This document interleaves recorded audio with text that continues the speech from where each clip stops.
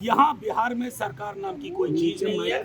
हर कोई अपने अपने एजेंडे पर अपने आकाओं को बचाने में लगा हुआ है। प्रीतम कुमार यहीं पर पीएस थे जब ये मंत्री विभाग के थे तेजस्वी यादव जी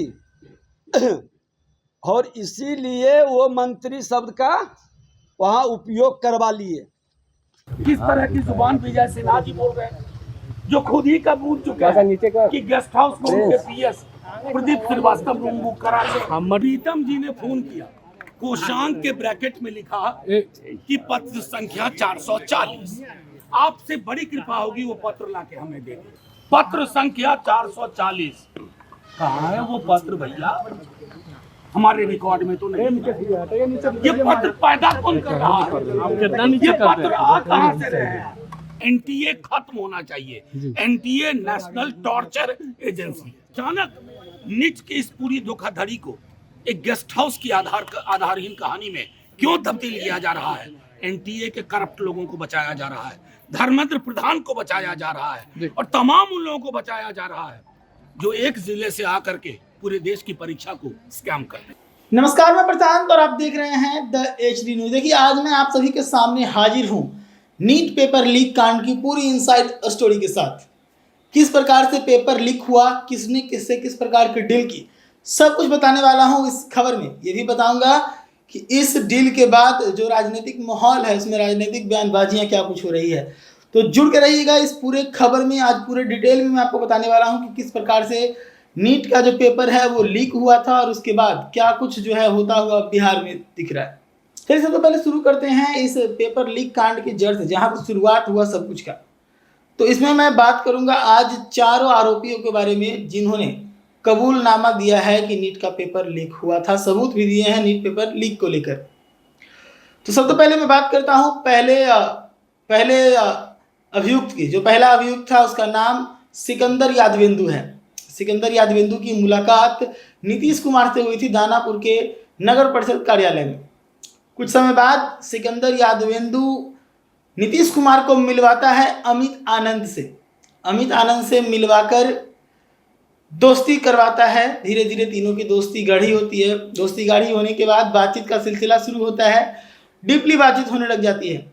इसी दरमियान जो मामला है वो उठता है पेपर लीक करवाने को लेकर। पेपर लीक करवाने का जो प्लान है वो दिया जाता है अमित आनंद के द्वारा। अमित आनंद के द्वारा बताया जाता है नीतीश कुमार को कि 30 से 32 लाख रुपए में जो है वो नीट के पेपर की सेटिंग हो रही है। सेटिंग की खबर से अमित खुश हो गया कि गाढ़ी कमाई का मौका है। अमित खुश होने के बाद पूरा प्लान करता है, तीनों मिलकर, अमित, सिकंदर और नीतीश, तीनों में प्लानिंग हो जाती है, डील हो जाता है कि पेपर जो है वो लीक होगा। पेपर लीक होने के बाद एग्जाम के एक दिन पहले रात में पेपर के जो क्वेश्चंस हैं वो रटाए जाएंगे अभ्यर्थियों के, और उसके बाद सब कुछ जब डील तैयार हो जाता है किस प्रकार से मामले को अंजाम देना है, तो जिम्मेदारी अब किसके पास क्या है वो तय होने की बारी आती है। तो इस जिम्मेदारी में अमित ये तय करता है कि जो छात्र हैं वो लेकर आएगा सिकंदर, और उसके बाद जो है वो परीक्षा के जो पेपर हैं वो अमित लीक कराएगा और अमित जो है वो सेटर बन जाता है। और सेट करने के बाद तीनों मिलकर प्लान बनाते हैं। परीक्षा के एक दिन पहले पेपर लीक भी होता है, और पेपर लीक होने के बाद जो है चौथा अभियुक्त जो कि अनुराग यादव है। अनुराग यादव को फोन जाता है सिकंदर का कि आपकी सेटिंग हो गई है, कोटा से वापस लौट आइए। सेंटर तक बता दिया जाता है कि इस सेंटर पर आपको ये सवाल पूछे जाएंगे। अनुराग पहले तो बताता है कि एलेन इंस्टीट्यूट में कोटा में वो पढ़ाई करता है, लेकिन जब उसे पता चलता है कि सेटिंग हो गई है तो वो लौट आता है। उसके बाद जब परीक्षा देने जाता है तो वो शॉक्ड रह जाता है कि वही सारे सवाल अनुराग से पूछे गए थे जो उन्हें रटाया गया था। अनुराग के पूछे गए सवाल का मैच करना, और उसके बाद अनुराग ये बताता है कि कुछ समय बाद पुलिस आती है और मुझे गिरफ्तार कर लेती। यानी कि पुलिस की गिरफ्तारी हो जाती है अनुराग की, और इसके साथ ही जो है वो सारा भांडाफोड़ हो जाता है किस प्रकार से पेपर लीक होता है। चारों अभियुक्त अपना अपना जुर्म भी कबूल कर लेते हैं। इस पूरे मामले को लेकर सबसे बड़ा मोड़ तब आता है जब धर्मेंद्र प्रधान खुद केंद्रीय शिक्षा मंत्री होकर क्लीन चिट देते हैं कि नीट में किसी भी प्रकार का पेपर लीक नहीं हुआ। इसके बाद राजनीतिक माहौल बहुत बिगड़ने लगता है नीट पेपर को लेकर, क्योंकि कई अभ्यर्थियों को विश्वास था कि पेपर लीक हुआ है। अब पेपर लीक होने के तथ्य सामने आ गए हैं। अब तथ्य सामने आने के बाद सबसे बड़ा जो चीज है इसमें तेजस्वी यादव, बिहार के पूर्व उप मुख्यमंत्री और वर्तमान में नेता प्रतिपक्ष तेजस्वी यादव का नाम सामने आ रहा है कि वो भी इस पेपर लीक कांड में शामिल थे, क्योंकि ऐसी खबर है कि उनके ही पीए के द्वारा रूम जो है वो बुक किया गया था, जहां पर चारों स्टूडेंट्स जिनको सिकंदर लेकर आया था, पेपर लीक कराने के बाद उनको वहां पर क्वेश्चंस रटाए जा रहे थे। इसको लेकर तेजस्वी यादव के पीए का नाम आ रहा है। हालांकि पहले इसमें विजय कुमार सिन्हा के पीए का नाम आया, जिसके बाद विजय कुमार सिन्हा ने एक प्रेस कॉन्फ्रेंस कर कई सारे सबूत दिखाते हुए कहा कि ये तेजस्वी के पीओ हैं। तो इधर से राजद की तरफ से भी मनोज झा और शक्ति सिंह यादव ने भी कल मीडिया को संबोधित किया और मीडिया को संबोधित करते हुए एक तस्वीर दिखाई जिसमें सम्राट चौधरी के साथ अमित आनंद नजर आ रहा था। जहां विजय कुमार सिन्हा ने तेजस्वी यादव और उनके पीए पर आरोप लगाया पेपर लीक कराने का, तो वहीं पर विजय कुमार सिन्हा के ऊपर मनोज झा का पलटवार, और मनोज झा ने तस्वीर दिखाते हुए कहा कि देखिए कि सम्राट चौधरी के साथ अमित आनंद है और विजय कुमार सिन्हा के पीए के द्वारा ये जो है रूम बुक कराया गया था, इसको विजय कुमार सिन्हा ने भी स्वीकार किया था। जरा सुनिए इस पूरे मामले को लेकर क्या कुछ कहासुनी हो रही है विजय कुमार सिन्हा और मनोज झा के बीच। पथ निर्माण विभाग का एक विषय जो एनएचआई से जुड़ा हुआ मामला है, हमारा गेस्ट हाउस, पथ निर्माण विभाग के पदाधिकारी उसको देखते हैं और उसी से जुड़ा हुआ विषय पर आप लोगों का कई विषय न्यूज़ चैनल पर चल रहा था। जब मेरे संज्ञान में आया तो हमने जानकारी प्राप्त किया, अपने विभाग के अपर मुख्य सचिव प्रत्यय अमृत जी, सेक्रेटरी संजीव जी के साथ सभी पदाधिकारियों की बैठक कर करके हमने जानकारी प्राप्त की कि एनएचआई के गेस्ट हाउस में जो लोग ठहरे थे वो कौन थे, किसके आदेश पर ठहरने का उन्हें अवसर मिला था। जो जानकारी आई है कि 1 मई को तेजस्वी यादव के आप सचिव प्रीतम कुमार के मोबाइल नंबर 7488061813 से रात्रि 9:07 में पथ निर्माण विभाग में कार्यरत प्रदीप कुमार के मोबाइल नंबर 9430469924 पर एनएचआई गेस्ट हाउस में सिकंदर कुमार जादवेंदु के लिए कमरे की बुकिंग कराने के लिए फोन आया था। उस दिन प्रदीप कुमार इस पर कोई संज्ञान नहीं लिया। फिर 4 मई को सुबह 8:49 में प्रीतम कुमार के मोबाइल नंबर 7488 4 मई को कितने बजे? 4 मई को सुबह 8:49 बजे प्रीतम कुमार के मोबाइल नंबर 7488061813 वही नंबर से प्रदीप कुमार के मोबाइल पर कॉल कर सिकंदर कुमार जादवेंदु के लिए कमरे के बुकिंग के लिए स्मारित किया गया। इस बार पथ निर्माण विभाग में कार्यरत प्रदीप कुमार द्वारा एनएचआई के गेस्ट हाउस में सिकंदर कुमार के नाम से बुकिंग के लिए पदस्थापित कनीय अभियंता को व्हाट्सएप पर मैसेज भेज दिया। अब ये दोनों का डिटेल भी मैं दे देता हूं।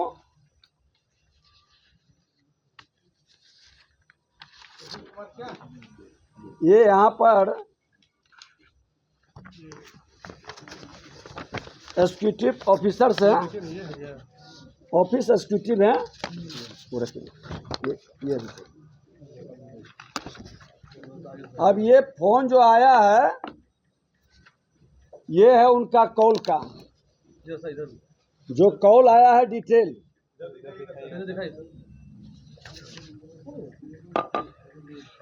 ये कॉल का डिटेल है और दूसरे दिन का भी डिटेल।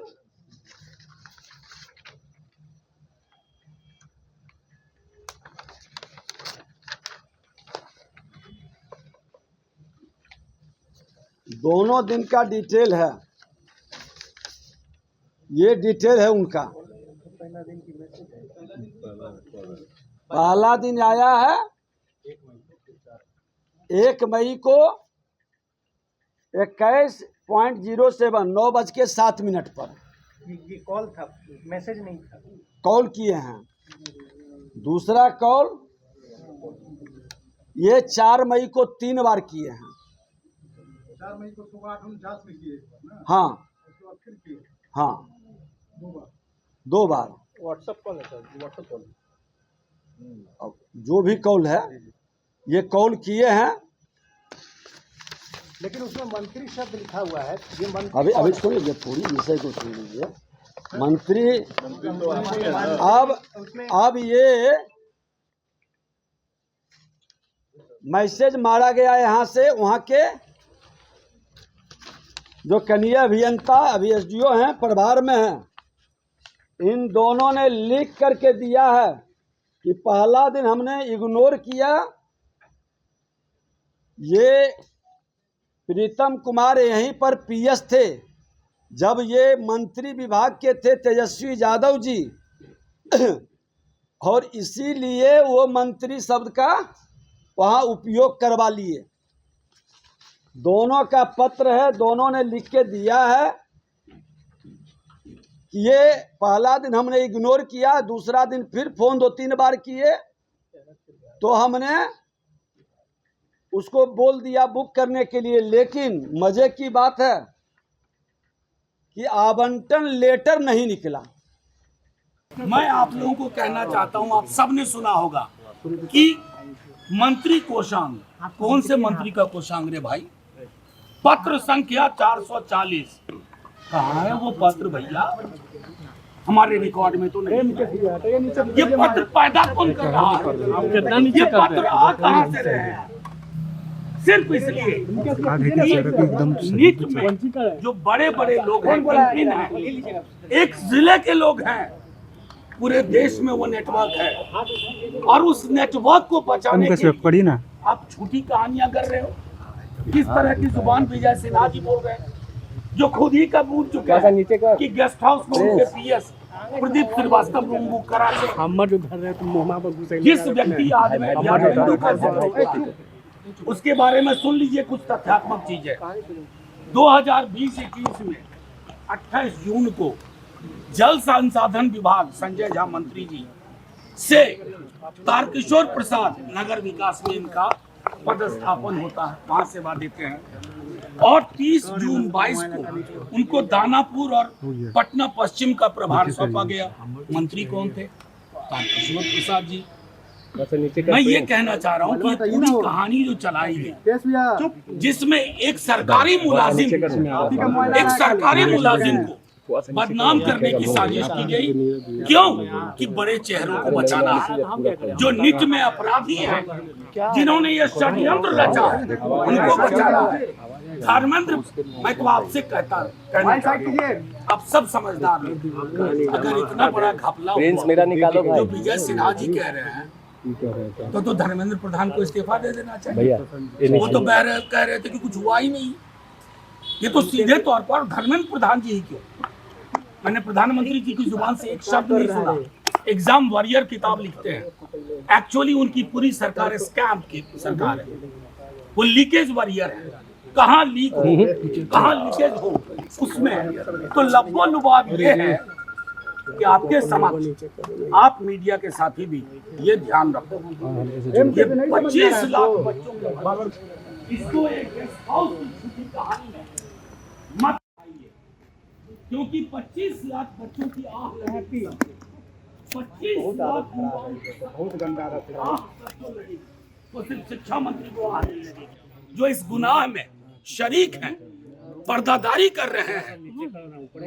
बड़े बड़े नाम, अभी एक अखबार है दैनिक भास्कर, उसने लिखा कि अप्रैल के महीने में कह दिया था किसी ने कि लीक होगा, लीक हुआ। एनटीए से ईओयू अपनी बिहार वाली कुछ सवाल पूछ रही है, एनटीए किस दबाव में उनका जवाब नहीं दे रही है। तो कुल मिलाकर के मैं आप सबसे कहना चाहता हूँ, अपनी भूमिका का निर्वहन करिए और 25 लाख बच्चों के भविष्य गेस्ट हाउस की छुट्टी कहानी में मैं टिप्पणी नहीं करना चाहता कि फलाने मंत्री ने क्या कहा, चिलाने मंत्री ने क्या कहा, क्योंकि हम ये समझ चुके हैं यहाँ बिहार में सरकार नाम की कोई चीज नहीं है। हर कोई अपने अपने एजेंडे पर अपने आकाओं को बचाने में लगा हुआ है। आपके सवाल हो पूछिए। उप मुख्यमंत्री जो आरोप लगा रहे हैं उस पर आपका क्या कुछ कहना है? जो प्रीतम जी पर आरोप लग रहे हैं उस पर क्या कुछ कहना है? अच्छा एक सेकंड आपके इस सवाल का जवाब दे रहा हूँ। प्रीतम जी ने फोन किया, कोषांक के ब्रैकेट में लिखा कि पत्र संख्या 440, आपसे बड़ी कृपा होगी वो पत्र लाके हमें दे दीजिए, क्योंकि टेलीफोन, अभी खुद मैंने उदाहरण दिया, विजय सिन्हा जी ने कहा कि उनके कोई पीएस है प्रदीप श्रीवास्तव, वो रूम बुकिंग करते हैं, आप सब जानते हैं।